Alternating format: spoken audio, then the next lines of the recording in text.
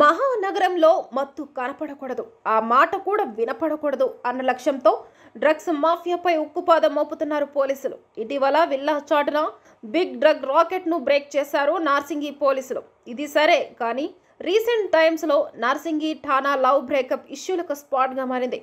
Law and orders, drugs వంటి కేసుల కన్నా లవ్ షికాయితులే ఎక్కువగా నార్సింగి.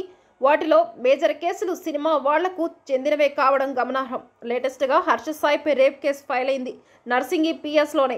ఇక రీసెంట్గా సంచలనం రేపిన జానీ మాస్టర్ కేసును నర్సింగ్ పోలీసులు డీల్ చేస్తున్నారు. ఆ మధ్య లావణ్య రాజ్ తరుణ్ వివాదం సినిమాను తలపించింది. ఇక సీరియల్గా కొనసాగుతూనే ఉంది. రాజ్ తరుణ్కు తనకు పెళ్లైందని, లివ్ ఇన్ రిలేషన్లో ఉన్నామని, మాల్వి వల్లే తమ మధ్య గొడవలొచ్చాయని, రాజ్ తరుణ్ తనను మోసం చేశారంటూ నర్సింగి పిఎస్లో ఫిర్యాదు చేశారు లావణ్య.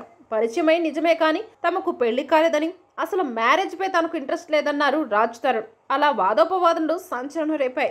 రీసెంట్గా మరోసారి కంప్లైంట్ ఇచ్చారు లావణ్య. తన బంగారం, పుస్తెల తాడు, తాళిబొట్టు, డాక్యుమెంట్లు చోరీ చేశారని ఆరోపిస్తూ రాజ్ తరుణ్, మాల్విపై నర్సింగ్ పోలీస్ స్టేషన్లో ఫిర్యాదు చేసింది లావణ్య.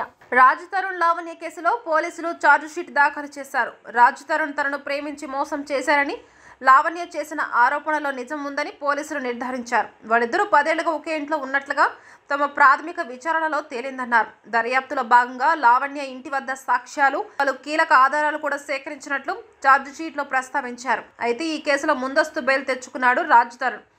జానీ మాస్టర్ తనను లైంగికంగా వేధించాడని, తన మాట వినకపోతే ఇండస్ట్రీలో అవకాశాలు లేకుండా చేస్తానని బెదిరించాడంటూ అసిస్టెంట్ కొరియోగ్రాఫర్ 40 పేజీల్లో తన ఆవేదనను, జానీ మాస్టర్తో పరిచయం, అవుట్డోర్ షూటింగ్లో లైంగిక దాడి వంటి అంశాల సహా జానీ మాస్టర్ భార్య కూడా తనపై దాడి చేసిందని కంప్లైంట్ ఇచ్చారామె. ముందుగా రాయదుర్గం పిఎస్లో 0 ఎఫ్ఐఆర్ నమోదైనప్పటికీ బాధితురాల ఫిర్యాదు ప్రకారం ఆమెపై దాడి జరిగిన ప్రాంతం నర్సింగి పిఎస్ పరిధిలో ఉండడంతో కేసును అక్కడకు ట్రాన్స్ఫర్ చేశారు.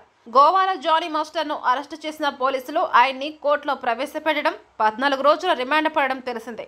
పోక్సో సహా పలు సెక్షన్ల కింద జానీ మాస్టర్పై కేసు ఫైల్ చేశారు నర్సింగి పోలీసులు. మరిన్ని వివరాలు రాబట్టేందుకు ఆయన్ని కస్టడీకి ఇవ్వాలని కోర్టును కోరారు. ఇక big boss fame Shanmukh Jashwanth కేసు అప్పట్లో సంచలనం రేపింది. తాజా జానీ మాస్టర్, హర్ష సాయి కేసుల తరహాలోని షణ్ముఖ్ జశ్వంత్ కంటెంట్ కూడా సేమ్ టు సేమ్. ఆ కేసును డీల్ చేసింది కూడా నర్సింగి పోలీసులే.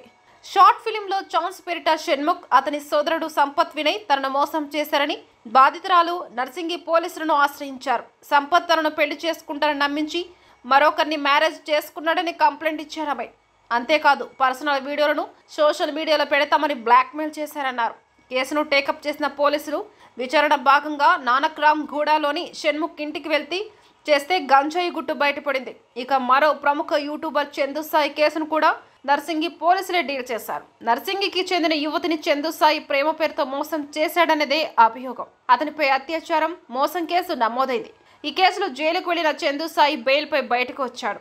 ఇక ఇప్పుడు యూట్యూబర్ హర్ష సాయిపై అత్యాచారం కేసు ఫైల్ అయింది కూడా నర్సింగ్ పిఎస్లోనే. పాన్ ఇండియా మూవీ సంగతేమో కానీ రేప్, 2 కోట్ల దగా, బ్లాక్మెయిలింగ్ ఆరోపణలతో హర్ష సాయి డర్టీ పిక్చర్ నర్సింగి పిఎస్లు రికార్డులకు ఎక్కింది. అదేం చిత్రమో కానీ లా అండ్ ఆర్డర్ కేసుల కన్నా ఇట్లాంటి కేసులకు నర్సింగి పిఎస్ కేర్ ఆఫ్గా మారిందనే టాక్ పీక్స్కు వెళ్ళింది.